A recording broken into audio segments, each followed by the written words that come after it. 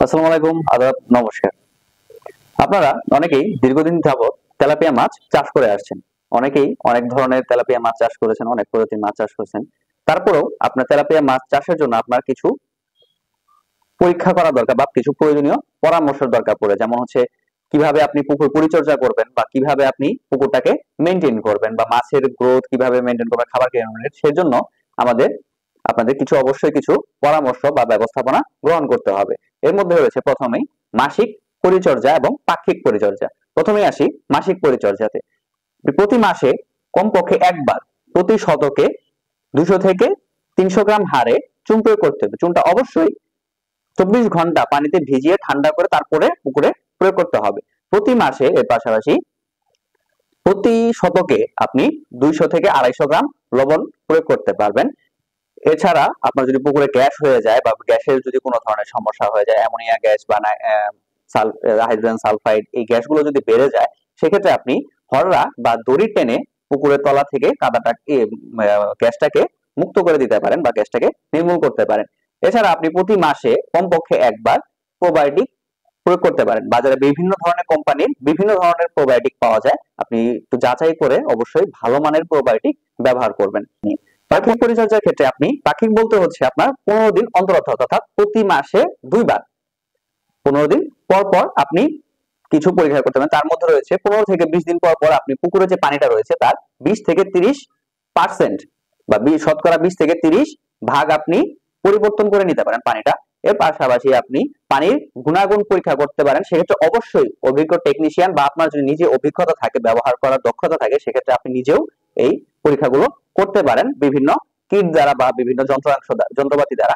তার মধ্যে রয়েছে আপনি পানির তাপমাত্রা মাপতে পারেন, পানির পিএইচ এর পরিমাণ মাপতে পারবেন, পানির অক্সিজেন মাপতে পারবেন, অ্যামোনিয়ার পরিমাণ মাপতে পারবেন, পানির ক্ষারটাও মাপতে পারবেন। এর পাশাপাশি আপনি যদি অ্যামোনিয়া বেড়ে যায়, সেক্ষেত্রে আপনি প্রতি শতকে 200 থেকে 250 গ্রাম হারে লবণ প্রয়োগ করতে পারেন, সেটা আপনার প্রাথমিক চিকিৎসা হিসেবে। এছাড়া যদি আপনার গ্যাসের পরিমাণটা বেশি হয়ে যায়, সেক্ষেত্রে আপনি ভালো কোম্পানির প্রোবায়োটিক বা জিওলাইট প্রয়োগ করতে পারেন। সেক্ষেত্রে আপনার গ্যাসের ক্ষেত্রে যে অসুবিধাটা, সেই অসুবিধাটা ভালো একটা সমাধান পেয়ে যাবেন। এরপরে আসি, এই পরীক্ষাগুলো ছাড়াও আপনাকে অবশ্যই পুকুর ব্যবস্থাপনা এবং মাছের যে ব্যবস্থা, তার জন্য আপনাকে কিছু পরামর্শ বা কিছু জিনিস আপনাকে পদক্ষেপ গ্রহণ করতে হবে। এর মধ্যে রয়েছে প্রথমত হচ্ছে তেলাপিয়া চাষের ক্ষেত্রে সবচেয়ে গুরুত্বপূর্ণ যেটা হচ্ছে কোনোভাবেই হাঁস মুরগির বিষ্ঠা বা লিটার খাওয়ানো যাবে না। সেক্ষেত্রে আপনার মাছের ডিম দেওয়া বা হরমোনের একটা প্রভাব পড়তে পারে। সেক্ষেত্রে আপনার মাছটার গ্রোথ ভালো আসবে না বা মাছ তাড়াতাড়ি ডিম দিয়ে দিতে পারে, ডিম দিয়ে দেবে। এরপরে আসি, রোগের প্রাদুর্ভাব যদি দেখা দেয় কোনো কারণে, তাতে ঘাবড়ানোর কোনো কারণ নেই। প্রথমত আপনি রোগের প্রাদুর্ভাব দেখা দিলে আপনি প্রাথমিক কিছু চিকিৎসা করতে পারেন। এর পাশাপাশি আপনি অবশ্যই কোনো অভিজ্ঞ লোকের পরামর্শ ছাড়া পুকুরে অ্যান্টিবায়োটিক প্রয়োগ করবেন না। অ্যান্টিবায়োটিক প্রয়োগ করা যাবে না, সেক্ষেত্রে আপনার মাছ ক্ষতিগ্রস্ত হতে পারে। ভাসমান খাবার দেওয়া ভালো। ভাসমান খাবার দিলে আপনি একটা জিনিস বেনিফিট পাবেন, সেটা হচ্ছে প্রথম মূল যে উপকারিতাটা পাবেন সেটা হচ্ছে আপনি মাছ কতটুকু খাবার খাচ্ছে বা মাছের খাবারের চাহিদা কতটুকু, সেই অনুযায়ী আপনি মাছের খাবার দিতে পারবেন। সেক্ষেত্রে আপনার মাছের খাবারের মানে অপচয়টা কম হবে, কারণ মাছের খাবারের দাম এমনিতে অনেক বেশি। সেক্ষেত্রে আপনার মাছের খাবার যদি অপচয় কম হয়, সেক্ষেত্রে আপনার অনেক কিছুটা সেফ হবে, আপনার জন্য ভালো হবে। খাবার প্রয়োগের 1 ঘন্টা পর পুকুর পর্যবেক্ষণ করবেন অবশ্যই, কারণ মাছ কতটুকু খাবার খেলো বা না খেলো, খাবার দেওয়া বেশি হলে কিনা এটা অবশ্যই আপনাকে পর্যবেক্ষণ করতে হবে। এরপরে গ্রীষ্মকালে পুকুরে তাপমাত্রা বেড়ে যেতে পারে, তাপমাত্রা স্বাভাবিক, কারণ আপনার পানি যদি গভীরতা কম থাকে, তাহলে আপনার পুকুরে তাপমাত্রা বেড়ে যাওয়ার সম্ভাবনা থাকে। সেক্ষেত্রে আপনি নতুন পানি পুকুরে সেচের মাধ্যমে ভালো নতুন পানি অ্যাড করতে পারেন বা যোগ করতে পারেন। আবহাওয়া পরিবর্তনের সাথে সাথে আপনার খাবারের মানটাও পরিবর্তন করতে হবে, কারণ আবহাওয়া যদি খারাপ হয়, সেক্ষেত্রে যদি তাপমাত্রা কম থাকে, সেক্ষেত্রে আপনার মাছ খাবার কম খায়। সেক্ষেত্রে আপনার খাবারের পরিমাণটা একটু কমিয়ে দিতে হবে। আর যদি অধিক আবহাওয়া খারাপ থাকে, একটা 2-3 দিন যাবত আবহাওয়া খারাপ থাকে, সেক্ষেত্রে আপনার পুকুরে গ্যাস হওয়ার সম্ভাবনা থাকে বা পুকুরে অক্সিজেন ফল করার সম্ভাবনা থাকে। সেক্ষেত্রে আপনি পারলে কিছুক্ষণ খাবার অফ রেখে পুকুরে চুন এবং লবণ প্রয়োগ করতে পারেন। এর পাশাপাশি যদি আপনার অক্সিজেন বেশি কমে যায়, সেক্ষেত্রে আপনি প্রতি শতাংশে অক্সিজেন ট্যাবলেটও প্রয়োগ করতে পারেন।